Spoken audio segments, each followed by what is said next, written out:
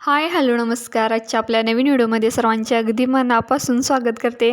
I hope सर्वजण मस्त आणि मजेतच असाल आणि मजेतच असायला हवं. तर छान अशी फुले आज आलेली आहेत नेहमीप्रमाणे. तर ह्या फुलांचं काय नाव मला माहीत नाही, पण दाखवण्याचा मी प्रयत्न करते फक्त. आणि ही सुद्धा बघा वेगळी आहेत म्हणून दाखवत आहे. रोजची वेगवेगळीच येणार आणि रोपं पण वेगवेगळ्या फुलांची लावल्यामुळे फक्त मला यांची नावं माहीत नाहीत. काय विचित्र विचित्र अशी नावं आहेत त्यांची. आणि हे एवढं माहीत आहे मला कर्दळीचं, आणि ते दाखवलं ते मोगऱ्याचं, आणि हे आपलं नेहमीचं ह्याचं मिरची फूल किंवा जास्वंदाचं फूल म्हणतो, हे मखमली, आणि हे कुंद्याचं आहे. ह्याला भरपूर आलेला आहे. उन्हाळ्यातच बहुतेक हे येते जास्त. आणि हा मोगरा आता कळ्या कळ्या तर दिसायला, त्यात उन्हाळ्यात एवढं छान असं वास सुटतो ह्या कोपऱ्यामध्ये भरपूर, कारण सुगंधित अशी ही मोगऱ्याची फुले आहेत. आणि भरपूर कलेक्शन आहे. आणि सकाळचा व्ह्यू बघू शकताय, थोडं धुंदलं धुंदलं दिसत असेल कारण सूर्याच्या दिशेने मी धरलाय कॅमेरा, त्यामुळे. तर इकडे बघा मनी प्लांट, आणि हे आता कमळाचं तर आता म्हणजे नवीन त्याचं लागवड करायची आहे नवीन. आणि ही भांडी आता पडलेली आहे, ती मी आता घासून घेईन. आणि थोडंफार सकाळचं तयारी केल्या, म्हणजे कणिक वगैरे मळले आणि गोड शेवया नाश्त्याला आज केलेल्या आहेत. आणि हा आता टी शर्ट घातला आहे, तो मोठ्या मुलग्याचा आहे. त्याला नको होता म्हणून त्याने टाकला होता, आणि मी त्याचा कप्पा जरा क्लीन करायला घेतला तेव्हा धुळ्यात का टाकलायस म्हणतो, मला नको आहे म्हटला, म्हणून म्हणजे आता मीच घालते. मी घातलेला आहे त्याचा टी शर्ट. आणि छोट्या मुलाचाच डब्याची तयारी चालू होती. आता त्याचा डबा काही झाला नव्हता म्हणून फक्त गोड शेवया खाऊन नाश्ता करून तो गेला क्लासला. आणि तू ये म्हटलं तासाभरात, तेवढ्यात माझं होऊन जाईल, कारण माझी आंघोळ करून मी सगळं करणार होते. आंघोळ केलेली आहे आणि मगच नाश्ता केला. आणि त्यानंतर त्याला म्हणजे भाजी करायची होती. आता काय मला नेहमीचा प्रश्न पडायला लागला आहे कुठली करायची, कारण वाटाणा बटाटा असंच चालू आहे आता ह्या 8 दिवसात तरी. त्यामुळे मी बटाटा 1-2 घेतल्यात आणि बटाट्याच्या कचऱ्या करतात, तीच भाजी आता करणार आहे. ह्याची रेसिपी बहुतेक टाकलेली आहे मी मागच्या काही व्हिडिओमध्ये.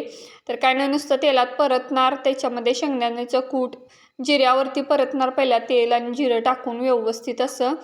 आणि तिखट मीठ हिंगळं एवढंच घातलेलं आहे आणि असा डबा भरून त्याला दिला आहे. ॲक्च्युली आता सगळं माझं झालेलं होतं. ही दुपारची वेळ आहे, 3 वाजलेले होते.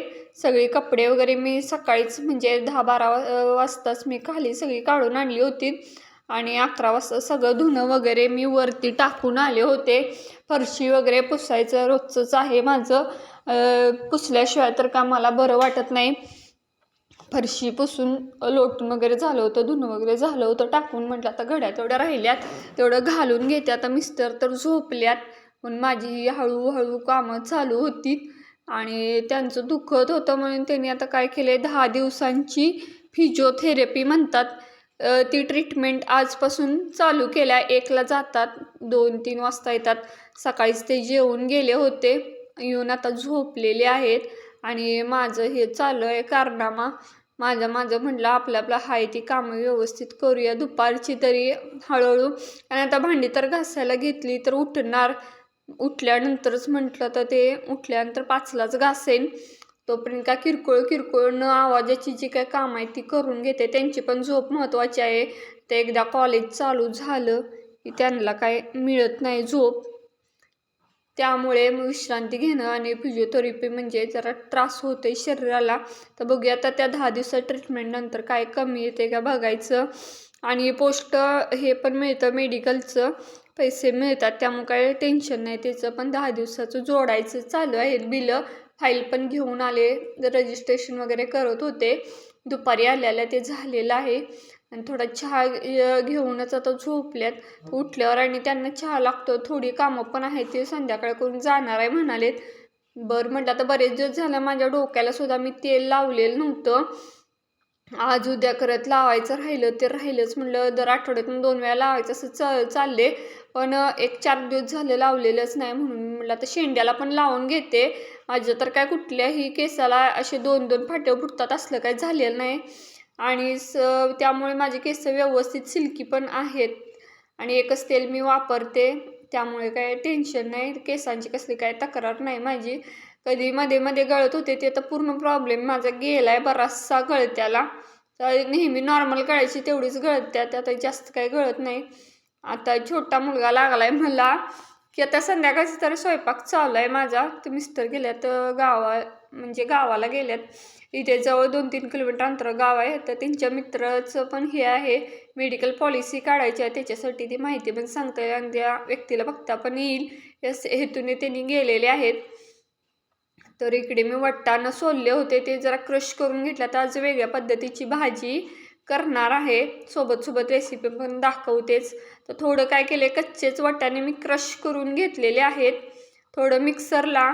आणि इकडे आमटीसुद्धा उकळायला मी लावलेली आहे सोबत, कारण भाजी आणि आमटी होऊन जाईल लगेचच. भात आणि चपाती केलं की बसतील सगळे जेवायला. म्हटलं मिस्टरांचं काय सांगता येत नाही, तिथं जेवतात का काय की. आता मुलगा सांगत आला अगं तिथली यात्रा आहे, माझ्या मित्राच्या जेवतात का काय की. म्हटलं आपलं तर जेवण करूया, बघूया म्हटलं, आले की जेवून घेतीलच त्यांनी पण. तर इकडे डाळीची आमटी नेहमीप्रमाणे आमच्यात असते तीच केलेली आहे आणि तीच लागते. आत्ता बघा मी काय केलं, ते हे आमटीच्या पाठीमागं मी चपातीचं हे ठेवलं होतं डब्बा, आणि ते आमटीच्या ह्यानं हे झालं, ते तापलं होतं आणि हातात धरल्यावर मला असं काय झालं म्हणून टाकले, भाजलं माझ्या हाताला. आता भाजलं म्हणून आपण काय कामं थांबवून चालत नाही, जेवण करायलाच पाहिजे किती पण काय पण होऊ दे, कारण सगळ्यांचं लक्ष फक्त जेवणाकडं असतं आणि आपलं लक्ष आपल्याकडंच नसतं. त्यामुळे काही गोष्टी अशा होतात, सगळ्यांची काळजी करत आपण गडबड करताना असं काहीतरी होऊन जातं. आणि बरेच गृहिणींना ह्या प्रॉब्लेम म्हणजे फेस करावंच लागतं. कधी काय गरम उचललं जातं, कधी काय भाजतं हाताला.